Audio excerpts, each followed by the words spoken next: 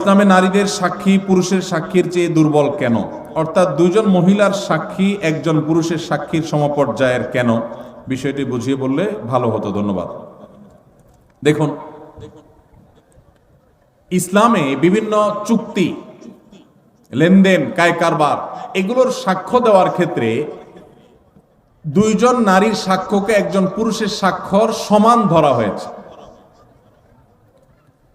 এখন সঙ্গত কারণেই প্রশ্ন আসলো যে পুরুষ একজন সাক্ষ্য দিলে যেই কোনো লেনদেনে, যে কোনো কাজ কারবারে সেটা একজনের সাক্ষ্য হিসেবে বিবেচিত হবে, কিন্তু মহিলা যখন সাক্ষ্য দিবে তখন দুইজনেরটা একজন পুরুষের সমান কেন হবে? মহিলা কি মানুষ না?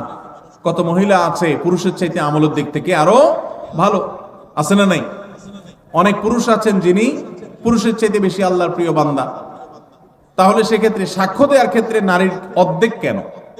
এর উত্তর হলো, ইমাম মুহাম্মদ রহমতুল্লাহ আলাই, ইমাম আজম আবু হানিফা রহমতুল্লাহ আলাইহির একজন ছাত্র, ইসলামের ইতিহাসের একজন বড় ইমাম, ইমাম মুহাম্মদ রহমতুল্লাহ আলাই, তিনি বলেছেন, যেহেতু সচরাচর চুক্তি, কাজ কারবার, বাহিরের লেনদেন, এগুলোতে নারীরা উপস্থিত থাকে না, সচরাচর মেয়েদের উপস্থিতি সেসব জায়গায় থাকে না। একটা চুক্তি হচ্ছে, একটা লিখিত হচ্ছে, সেখানে মহিলাদের উপস্থিতি সাধারণত কম থাকে, পুরুষরাই থাকে। যেহেতু তাদের উপস্থিতিটা সচরাচর থাকে না, অতএব তাদের কেউ যদি সাক্ষ্য দেয় তাহলে ব্যাপারটা একটু স্ট্রং করার দরকার আছে, কারণ তার তো থাকার কথা না, কিভাবে সাক্ষ্য দিল?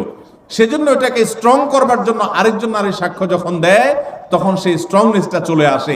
শুধুমাত্র ওই সাক্ষ্যটার মধ্যে স্ট্রংনেস আনার জন্য দুইজনকে সেখানে একজন পুরুষের সমান ধরা হয়েছে।